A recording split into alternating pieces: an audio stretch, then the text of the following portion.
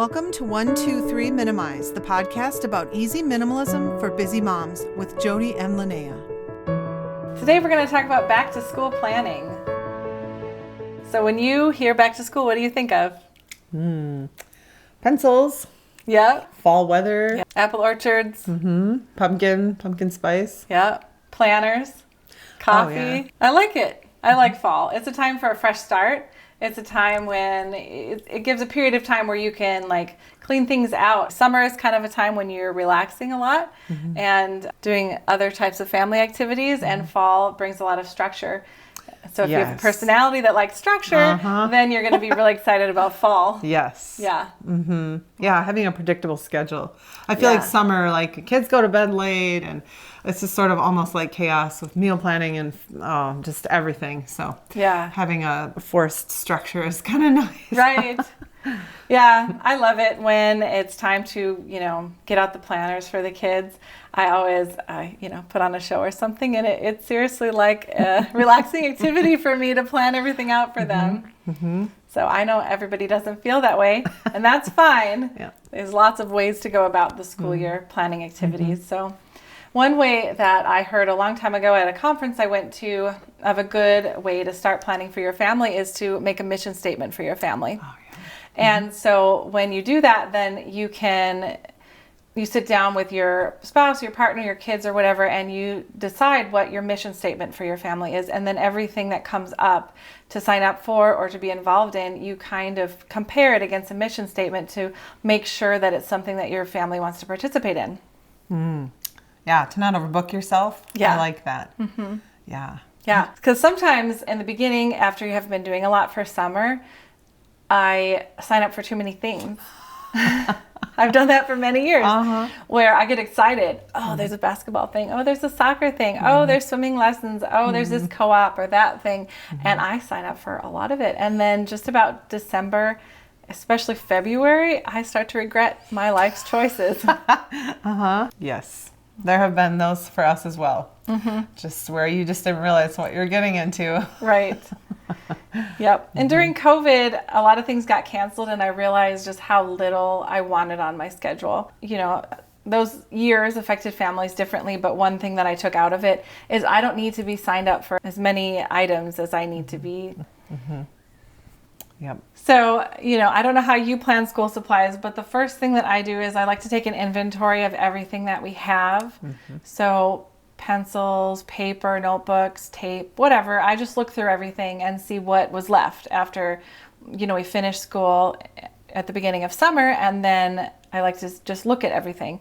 So that's my first step, is taking inventory and cleaning it out and throwing stuff away that are broken. Maybe there's, used up stuff, dried glue, that kind of stuff. We live in an RV and with 4 kids. And so we homeschool, and last week I just did this.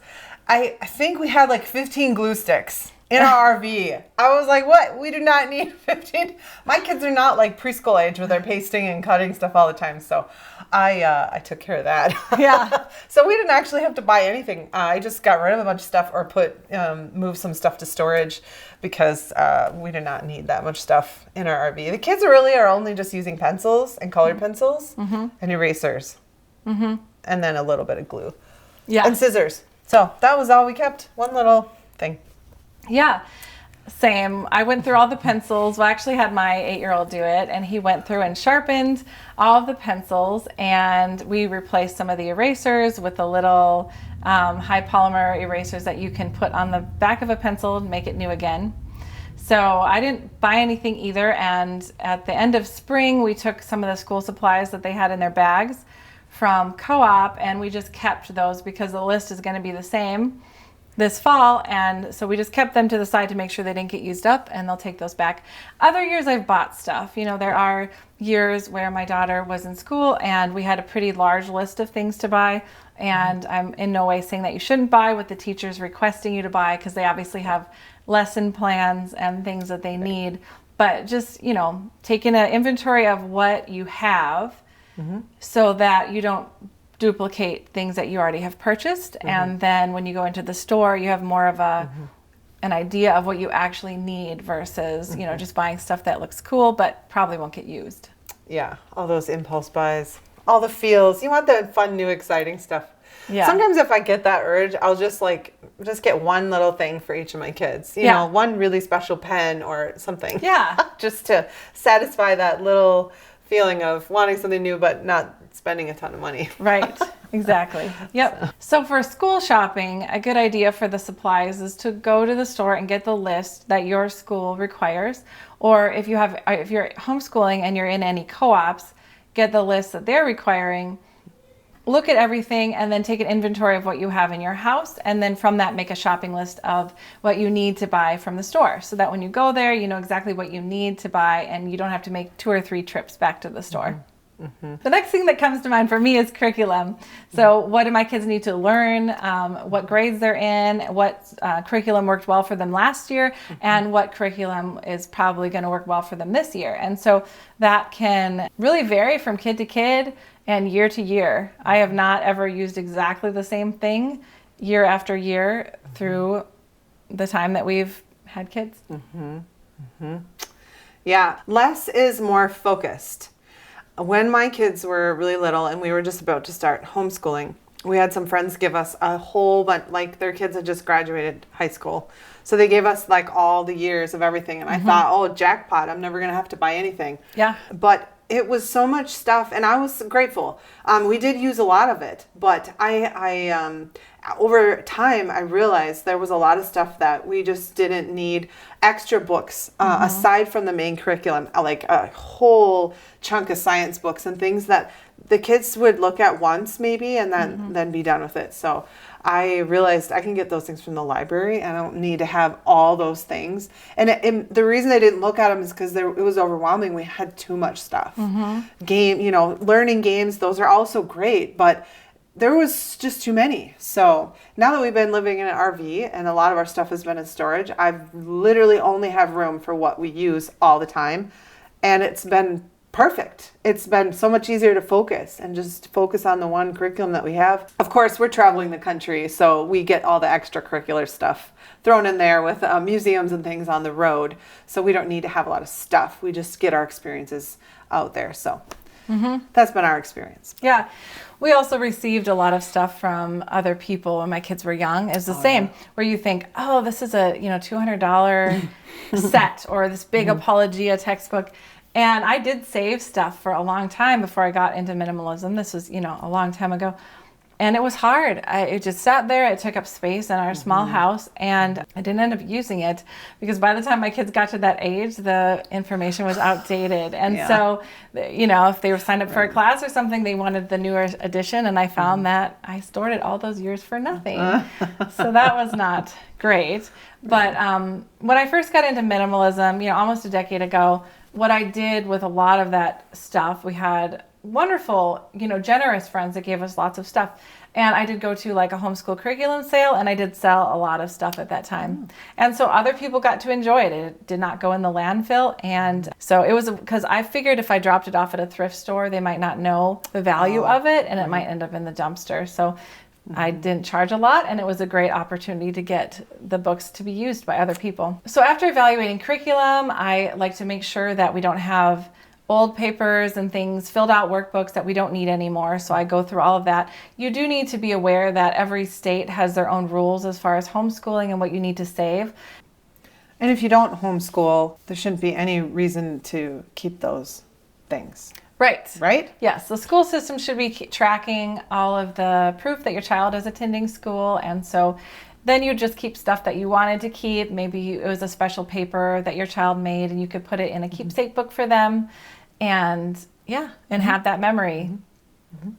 So I did find in my childhood, my mom kept a lot of stuff and a large bin of old stuff. And she was excited to give it to me, but I didn't have the memories that she did with that. I don't remember making the drawings. It was like someone else had made it. And so it wasn't special to me like it was to her. So I encouraged her to keep it and do whatever she wanted with it. But so when you're saving stuff that your kid made when they're 2 or 3, just be aware that it might be your memory that you're saving and it might not be their memory. So when you're putting stuff away, put it away for yourself. And if your child is interested in it and they do want it, that's awesome. But don't be hurt if they don't, because they might not even remember making it at all. It's true. Yeah, my mom recently showed me some drawings I made when I was really little, and I didn't even remember making them. It was kind of fun to see them. Yep.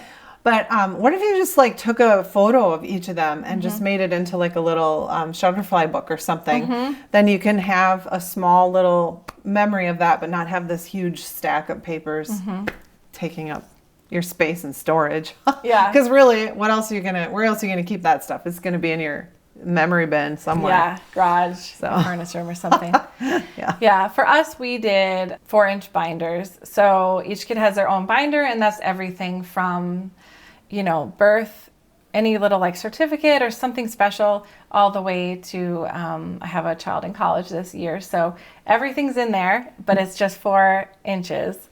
And so you just, you go through it once in a while, and they enjoy looking at it with each other. So it might be like a class photo would be one page. I just put like binder slip covers in there, so you can put anything in there. There might be a page where something has beads, glued on it, and it stays in there because it's in the slip cover. So drawings they made over the years. And so that's worked for us, but everybody has their own method. Decluttering school supplies or anything in your house, it's a maintenance activity. As your kids grow and change, things that you did actually need at one point in your parenting journey, you don't need anymore. So it does feel like, oh, you got into minimalism, you went through your whole entire house, and now you never have to do it again.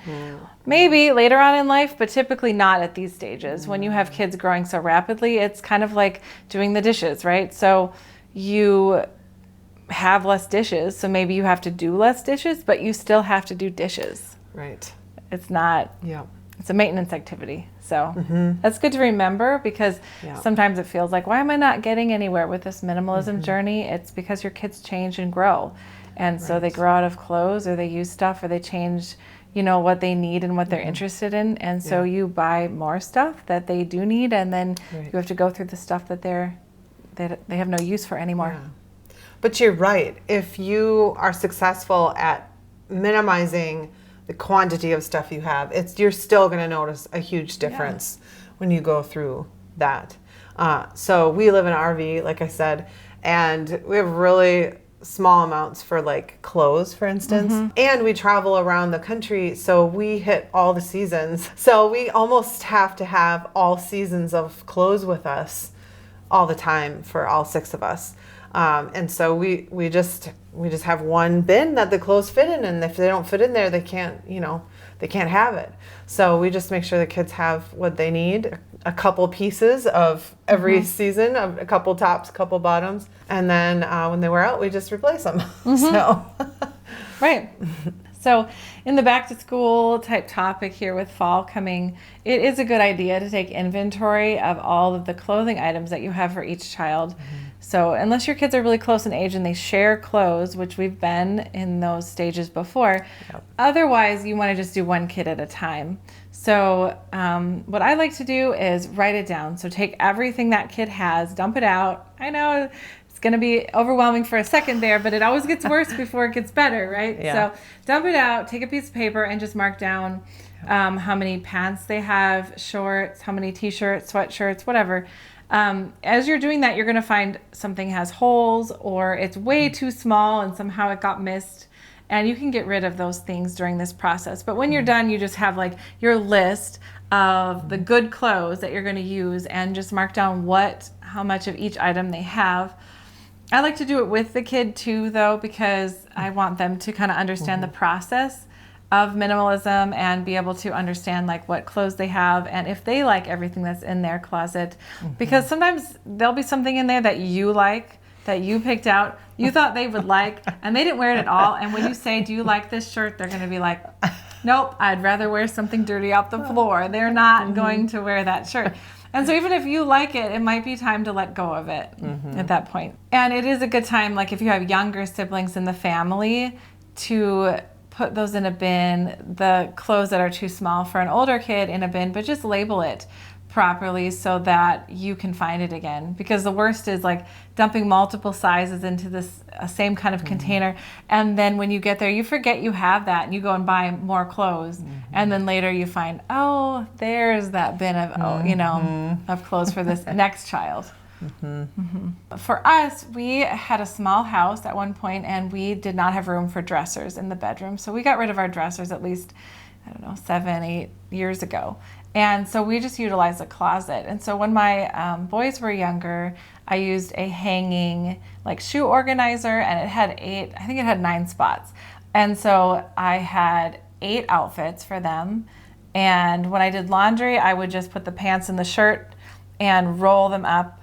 And that went in that little organizer. So behind would be a set of pajamas, and in front would be an outfit.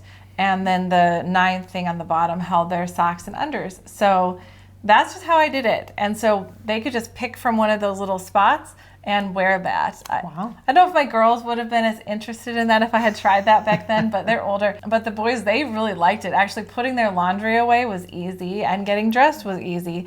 So we didn't deal with hanging a lot of clothes up.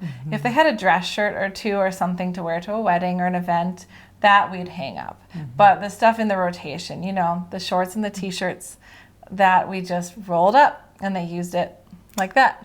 I wish I would have known that tip when my kids were younger. That sounds amazing. Yeah, and then I knew like if a pair of pants got a hole in the knee, I just bought 1 pair of pants so I did 8, because if you do laundry once a week for one of the kids, you could have that one little buffer outfit, And I'm sure this probably wouldn't have worked as well for like toddlers, that maybe you're changing their outfits a couple times a day. Right. There's all sorts of different stages and phases that I've been in where I did different things for different kids. So it's just finding what works for you in the stage that you're in right now. And don't forget to look at things like boots, coats, scarves, hats, mittens, shoes, flip-flops, depending on where you are. It is winter for a large portion of the year where I live, and so flip-flops are very minor in my mind, but a good pair of boots is what you're going to need. So I have teenagers, and minimalism looks different, in my opinion, for how I interact with teenagers. So they're really in charge of their closet. They have been on this journey with me for long enough that they know the benefits of minimalism, and they enjoy using that. So they clean out their closet a couple times a year, and we donate things. And then they kind of make a list of a few pieces of clothing that will help bring the rest of their outfits back to life. And then we go to thrift and consignment stores. They actually prefer that, I think, because, I don't know, different reasons, but we have one consignment store in our area that we really like, and they buy like upscale brand name clothes, and so it's an opportunity to kind of freshen up their outfits and their style. Teens sometimes will have more specific and costly items that they want in their closet, and this kind of desire to have their own personality in their clothing kind of coincides for me with their ability to make money and have a job. And so it kind of just naturally occurred for us. I never really pushed my kids like, you have to get a job, you have to buy your own stuff. But when they started working, then their tastes kind of increased in what they enjoyed and their personality and their styles. And so it just kind of happened naturally. It wasn't ever something that we decided or made them do. Their desire to want to buy their own stuff is kind of just occurring naturally. I think it's a good idea to set a budget for back to school shopping. What about you guys? I heard a statistic. I don't know if this is true. Okay. So don't quote me on it. But I heard that right now, on average, people spend $800 per kid. I could see that. To go back to school. And I think that number includes school supplies, clothes, backpacks, lunch boxes, and like sports stuff. Maybe it's like the cost of actually being in the sport and also the equipment. Whatever it is, all that stuff. $800 per kid. But that's a lot. I'm sure some of that could be, I know that like school supplies list, you have to do that. But I'm sure some of that other stuff can be improved so that the number isn't quite as high. Right. Yeah. Once you've set a back to school budget, some people choose to just pay in cash. There is that psychological Dave Ramsey thing about if you go to purchase the items and you hand them a card and then they hand you your items and your card back, you don't feel like you really lost anything.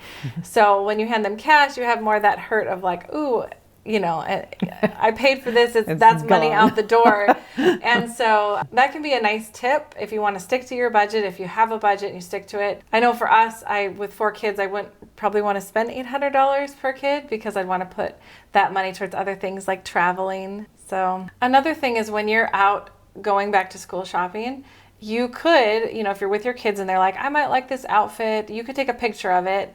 And then when I'm on the fence about stuff, I like to take a picture of something. And then when I look at it later, I'm cleaning out my phone or something. I'm like, oh, I didn't really even want that. So if you're on the fence about it, I suggest just taking a photo. And if you really do decide that you want that, go back and get it. Not a big deal. So I've also done that too, where I'm like, you know what? I think that sweater or something was going to work out for me, and I go back for it. But I do that when I'm on the fence about it. If I find something for one of the kids and it fits in the budget and I really like it, then of course I just get it. I did that just yesterday. My daughter saw a dress, but I was trying really hard not to impulse buy. So I'm like, can we just think about it? And I took a picture. Yeah, it's a good idea, when shopping for stuff, to first use what you have around the house. Like, for example, if you want a dress or something, check out your whole closet or your sibling's closet maybe, or for the kids, and just see if maybe you have something that's similar or that will fulfill that need. And then the second thing I like to check is thrift stores, consignment shops, to just see it's easier on the environment, with fast fashion and everything, to not buy new all the time. So then check there. But if you can't find it there, then, I think it's fine to buy something new. Just try to follow the 1 in, 1 out rule. When you're going clothes shopping, especially, to take a few minutes to clear out your closet before you add more stuff to it. Another thing, when we are talking about buying backpacks, like you mentioned, or lunch boxes, I like to think about how sturdy or sustainable the item is, so that maybe I can use it for more than 1 year. When I was a teenager, I had a JanSport backpack, and I think they make them a little differently, but I used it for like 10 years. And when I was done using it and I was an adult not using backpacks and I didn't have kids yet, I actually sold it on Craigslist. Craigslist was a thing back then before Facebook Marketplace. And I was surprised that somebody bought it, but JanSport is pretty good about replacing if something breaks. And there's probably lots of other good companies out there like that, but just to look at stuff that is durable, because you might get more years of use out of it and you might save money that way. I can't believe you remember what backpack you had. Yeah. I don't remember at all. No clue. That's amazing. Yeah. I feel like probably it was an expensive thing at the time. And so it stuck out in my head. And then I used it all through college. Oh. And it wasn't until... That's why. Mine were probably cheap and just I had to get a new one every year, so I don't remember anything. Yeah. Yeah. Wow. I think it was a big purchase where I felt like special that I was getting it, going to a store and getting... so it's something out of the ordinary for my life. Yeah. Not just, promote JanSport. I have no financial benefit from talking about them. It's just a story about if things last a long time, it can help with not having to rebuy a new backpack or a new lunch bag. Another thing that I like to plan into our school year is taking digital detoxes. So my kids, they do a lot of their schoolwork on computers and phones, tablets. And so they do get more screen time in the school year than they do in the summer. And that can be hard on the brain. It can be hard with connecting with your family. So we like to take Saturday and try to have screen-free time as a family.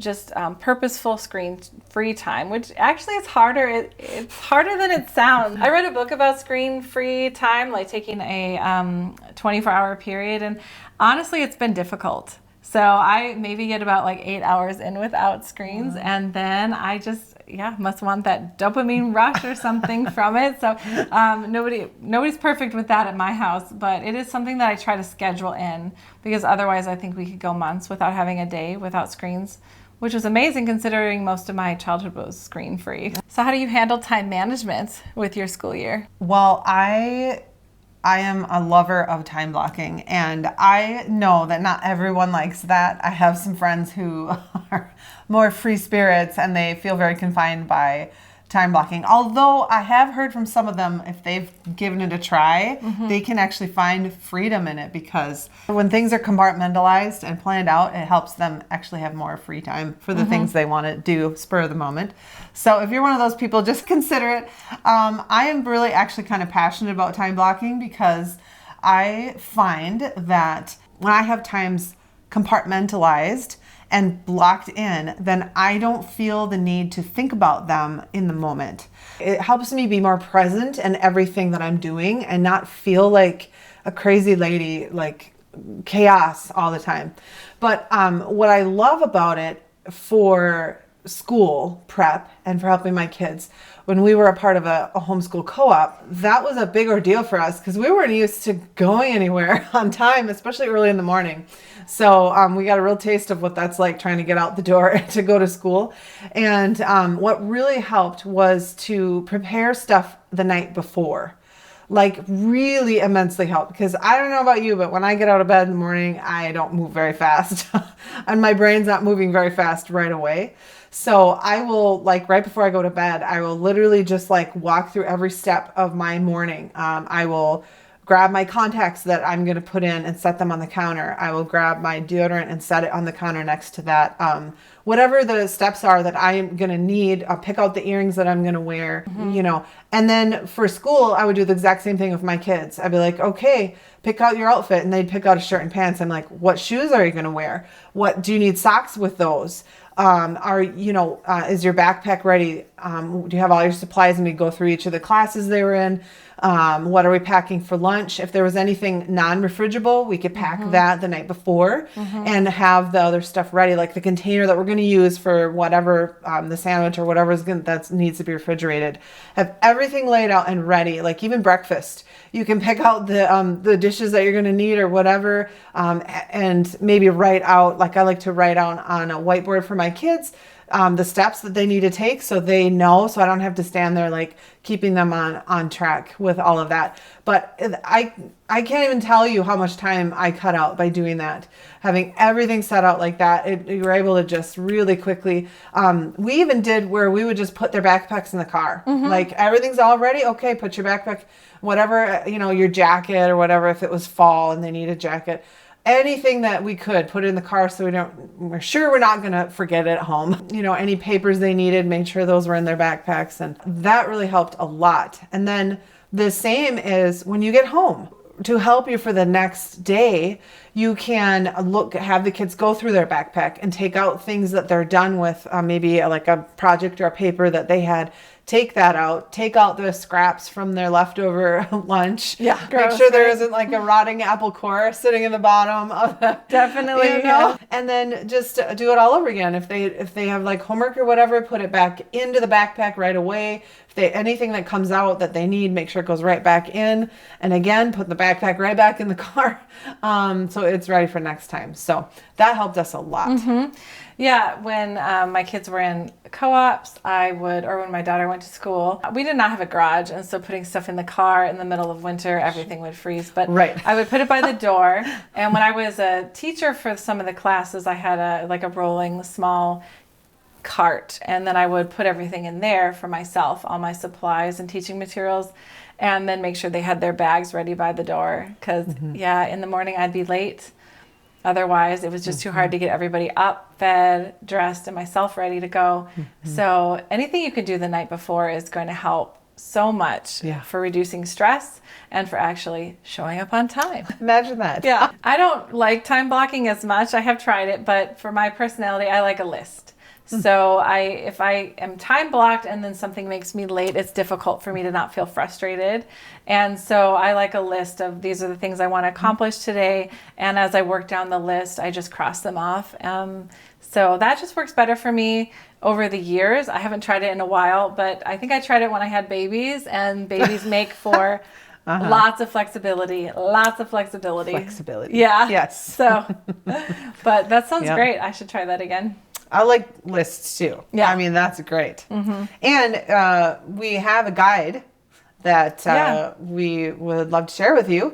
It's free. It's a back to school guide. And we put some lists in there that you can print out, laminate your kids' list for you, list for your kids, so they know what to expect and not forget the different steps that they should take, both at night and when they get home from school or co-op, whatever the circumstance. So when we're talking about lunch boxes, packing lunch for your kids can also be another overwhelming topic. There are lots of ideas online, and we've also added to our back to school free PDF on our website, we added a whole section for lunchbox ideas. So what are your favorite tips for packing lunches for your kids? I love the idea of putting yogurt sticks or yogurt packs in the freezer. And then when you throw those in, that's like the ice in their lunch, because by the time they go to eat it, it's thawed out enough, but it kept the food cold. That to me was like a really brilliant idea. Yes.